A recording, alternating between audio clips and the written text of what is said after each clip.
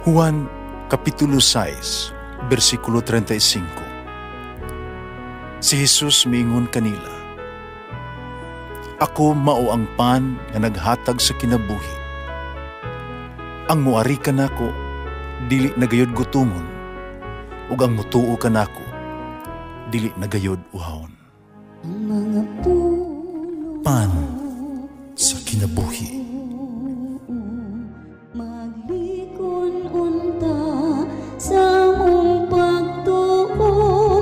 Gagaka kami sa pagtuman sa imong mahal nga kasuguan. Ginoo na kaninyo. Santo sa Ebanghelyo sumala ni San Mateo. Si Jesus misugilo ng isang bingay ngadto sa mga tinunan. Nagingharian sa langit, sama sa tag-iya sa usa ka parasan. Kasayo sa buntag, milakaw aron papangitag mga tao nga iyang patrabahoon.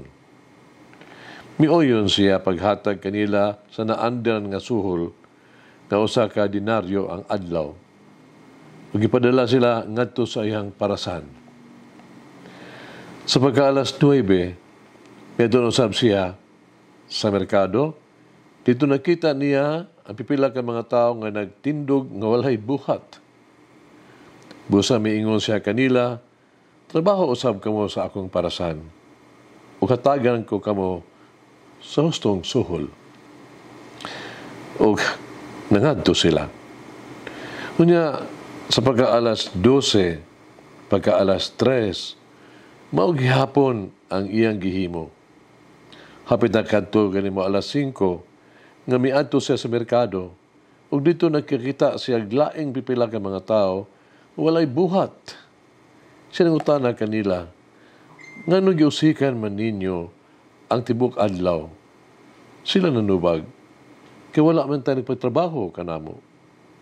Humingon siya kanila, "Kung mao kana, trabaho usab kamo dito sa akong parasan."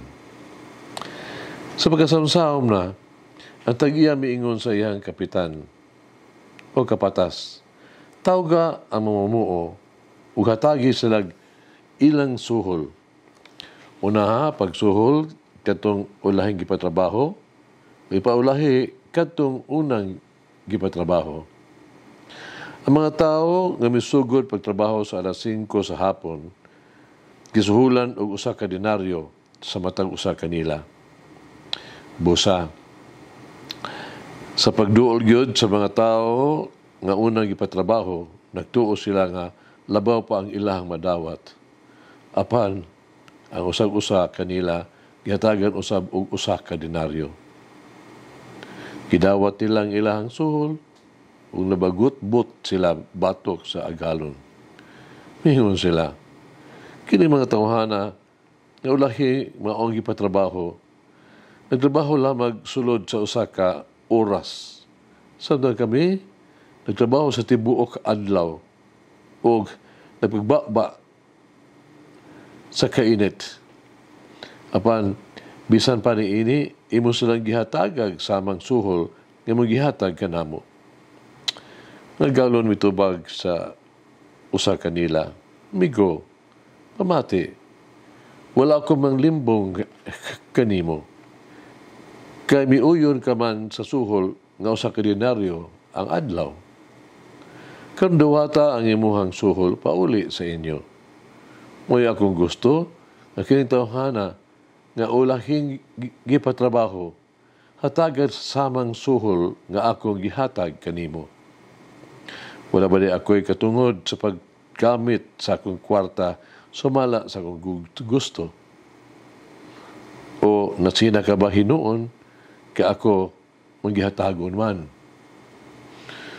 Kitapos na Jesus sa sabingay sa pag-ingon, "Busag kadtong naulahi, mahiuna, o kadtong nahiuna, maulahi."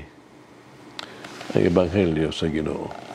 Pasalamati ang Ginoo, kay siya maayo, ang iyang gugma mulungtad, hangtod sa kahangturan.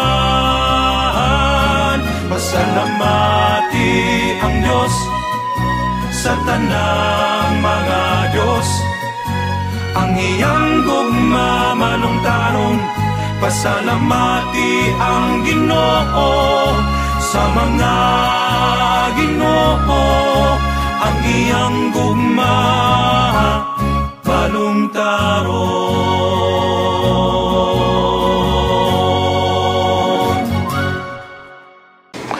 Sasabigan nga ito karong nadungog. Doon ay mga pangutana nga angay na itong pagtubagon. Una, doon sa nato pagtanaw ang atong kaugalingon. Kasagaran kita magtrabaho nga may termino, may kondisyon, no? Nga masukod sama sa kahusayan o depende sa kita. Atong gihukman ang mga resulta sa ato ang trabaho base sa kahanas nga gigamit, no? O sa mga responsibilidad nga atong natuman. Panili ba usab kita andam nga magtrabaho nga wala ay ang konsepto sa ganansya? Gikan sa Ebanghelyo, ato ang nakatunan nga gihatag sa mumuo wala gibase sa kahusayan, katakos, no? Ug sa kidugayon gani.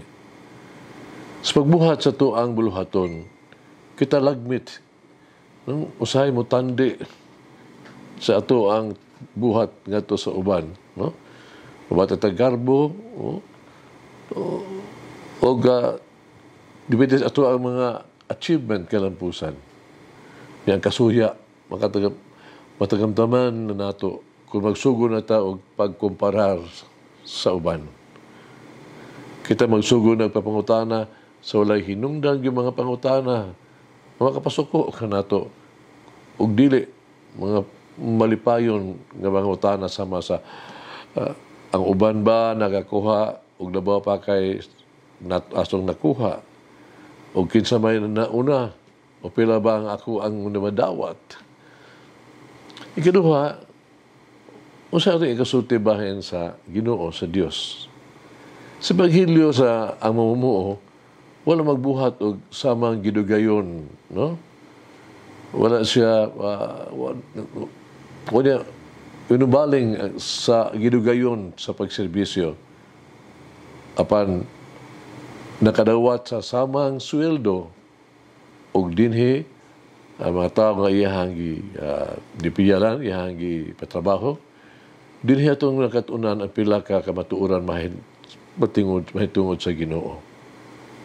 Ang una mao, kaalang sa Dios, dili ang gidugayon sa pag-alagad, kundi ang gugma, the love that we put into our work, mao'y labing importante.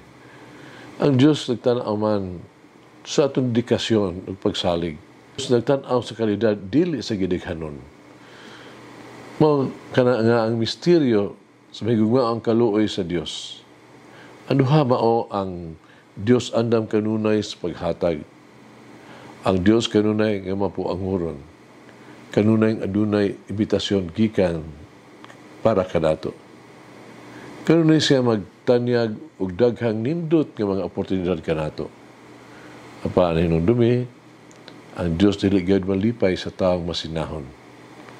Ato mo tanong karon atong kaugalingon. Andam ba kita pagtrabaho alang sa Dios? Saan nato pagtrabaho alang kaniya? Saan sa pagiha? With love ba? Hagit kinabuhi. Matinuoron ba ako, matinuanon sa ako ang mga buhat o mga pulong? Nag-ampo kita. Maluloy ang amahan, among Ginoo nga Dios nga nakahibalo sa tanan. Padayon,